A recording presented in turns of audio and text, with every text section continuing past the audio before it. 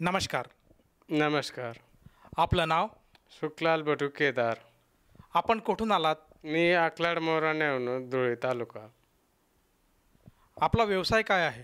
शेती व्यवसाय व रंग पेंटिंग करतो. संत रामपालजी महाराजांची गुरुदीक्षा आपण कधी घेतली? मी कोरोना काळामध्ये 2020 मध्ये घेतली. संत रामपालजी महाराजांची गुरुदीक्षा घेण्याअगोदर आपण व आपला परिवार कोणती भक्ती साधना करत होतात? मी एकट्याच म्हणजे घरचे बाकी इतर देवांना पूजत होते. मी एकट्या शनी महाराज, काही विष्णू भगवान, काही महादेव यांची भक्ती करत होतो. संत रामपालजी महाराजांचं ज्ञान आपल्याला कसं कळालं आणि आपण त्यांच्या शरणात कसे आलात? हे संत रामपालजी महाराजांचे पुस्तक सेवा धुळे येथे चालू होते. त्यावेळेस माझ्या मुलीच्या चाचण्या चालू होत्या गरोदरपणाच्या. त्यावेळेस त्यांना पुस्तक मिळालं, ते घरी घेऊन आले आणि ते माझ्या हातात मिळालं. तेव्हा मी वाचून पूर्ण केलं. तेव्हा वाचण्याने मला ते संपूर्ण ज्ञान कळालं. मग मी या दीक्षेसाठी पूर्णपणे वळून गेलो. जसं तुम्ही सांगत आहात की संत रामपालजी महाराजांचं लिखित जे ज्ञानगंगा पुस्तक आहे हे सर्वप्रथम आपल्याला बघायला मिळालं. आपण त्याच्यातलं ज्ञान वाचून घेतलं आणि आपल्याला कुठेतरी समजलं की आपल्यालासुद्धा गुरु करायला पाहिजे, म्हणून आपण संत रामपालजी महाराजांची गुरुदीक्षा घेतली. तर मला हे विचारायचं की जेव्हा आपण संत रामपालजी महाराजांच्या शरणात आलात त्यानंतर आपल्याला व आपल्या परिवाराला काय काय अनुभव आले किंवा आपल्यामध्ये काय काय चेंजेस आपल्याला बघावयास मिळाले?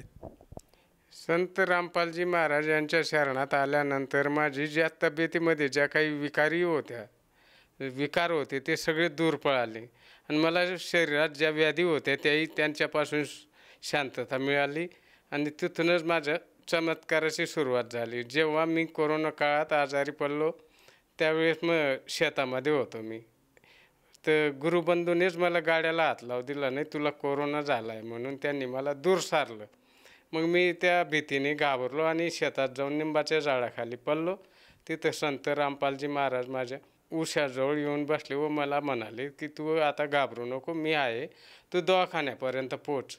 तिथून दवाखान्यात पोचलो तेव्हा मला घरी फोनसुद्धा कोणी उचलत नव्हतं तर दवाखान्यात घेऊन जाण्यासाठी. पण मी जसा तसा कसा तरी उठलो, घरी आलो आणि तिथं घरचे लोक मला दवाखान्यात घेऊन गेले. तिथं एक सलाईन लागली, छोटी एक लागली.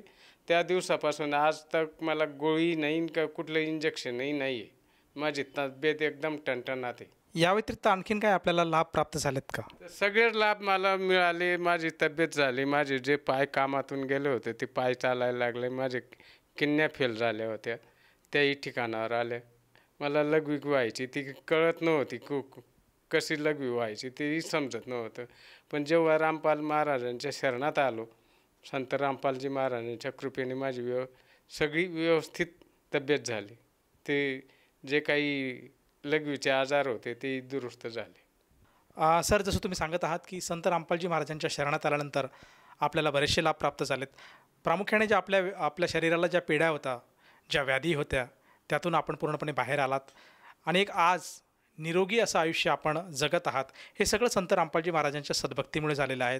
तर आपल्या ह्या अनुभवातून आपण आपल्यासारखे जे व्यथित लोक आहेत, जे रोगी आहेत, कष्टी आहेत, दुःखी आहेत, कुठल्या ना कुठल्या कारणामध्ये ते आपल्या दुःखापासून दूर होण्यासाठी या साधू संतांकडे जातात, या देवी देवतांकडे जातात, व्रतवैकल्य करतात, परंतु कुठे कुठे त्यांना समाधान मिळत नाही. तर अशा सर्वांसाठी आपण आपल्या अनुभवातून काय संदेश द्याल? मी एकच संदेश देऊ इच्छितो की संत रामपालजी महाराजांसारखा या पृथ्वीपाठीवर कोणी गुरु नाही आहे आणि तेच मुक्तिदाता आहेत. त्यांचे जे ज्ञानगंगा पुस्तक हे प्रथम वाचून अनुभव घ्यावा आणि मग तिथून भक्तिमार्गाला लागण्याचा प्रयत्न करावा. आणि त्या भक्तिमार्गातून आपल्याला जे काही प्रोत्साहन किंवा हे मिळतं ते रामपाल महाराजांच्या कृपेने मिळतं. ते सगळ्या भक्तजनांना सांगण्याची एकच विनंती आहे की संत रामपालजी महाराजांना गुरु करून घ्यावं आणि आपल्या जीवनाचं कल्याण करून घ्यावं, एवढीच सांगण्याची माझी इच्छा आहे. सर, जसं तुम्ही सांगत आहात की समाजाने संत रामपालजी महाराजांचं ज्ञान समजून घ्यायला हवं आणि जर त्याला समाजाला आपल्या दुःखापासून दूर व्हायचं असेल, आपले जे काही पीडा असेल, रोगराई असेल, जे काही कष्ट असेल, त्याचं जर हरण करायचं असेल तर एकमेव पर्याय म्हणजे संत रामपालजी महाराजांची सद्भक्ती. जर ह्या तुमच्या गोष्टीवर एखाद्या साधकाला विश्वास बसत असेल आणि त्यालासुद्धा संत रामपालजी महाराजांची गुरुदीक्षा घ्यायची असेल तर ती व्यक्ती संत रामपालजी महाराजांची गुरुदीक्षा कशी घेऊ शकेल? गुरुदीक्षा घ्यायची असेल ज्या भक्तांना त्यांनी संत रामपाल महाराज यांचं ज्ञानगंगा पुस्तक आहे ते वाचून त्याच्यापासून अनुभव घ्यावा. तर संत रामपालजी महाराजांचे जे TV चॅनलवर प्रोग्राम चालतात त्याच्या खाली पिवळी पट्टी येते, त्याच्यावर जिथे जिथे संत रामपालजी महाराजांची नामदीक्षा केंद्र आहेत त्या नामदीक्षा केंद्रावर फोन नंबर येतात. त्या फोन नंबर घेऊन तर आपण तिथं नामदान सेंटरला फोन करावं, तिथून आपल्याला नामदान मिळेल हीच विनंती. सर, जसं तुम्ही सांगत आहात की संत रामपालजी महाराजांचे विविध चॅनलवर सत्संग प्रसारित होत असतात, त्याचप्रमाणे सोशल मीडियावर जे प्लॅटफॉर्म आहेत, यूट्यूब आहेत, फेसबुक आहे, इंस्टाग्राम आहे, या सर्व सोशल मीडियाच्या प्लॅटफॉर्मवर सुद्धा संत रामपालजी महाराजांचे सत्संग आज चालत असतात. तर जेव्हा सत्संग चालू असतो त्यावेळेस स्क्रीनवर काही मोबाईल नंबर दिसतात आणि त्या नंबरवर जर साधकाने संपर्क साधला तर त्याला जवळच्या नामदान केंद्राची, अगदी आपल्या जिल्ह्यामध्ये जवळचं जे काही नामदान केंद्र आहे त्याची माहिती मिळते, तिथला पत्ता मिळतो आणि तेथे जाऊन तो साधक संत रामपालजी महाराजांची दीक्षा घेऊ शकतो.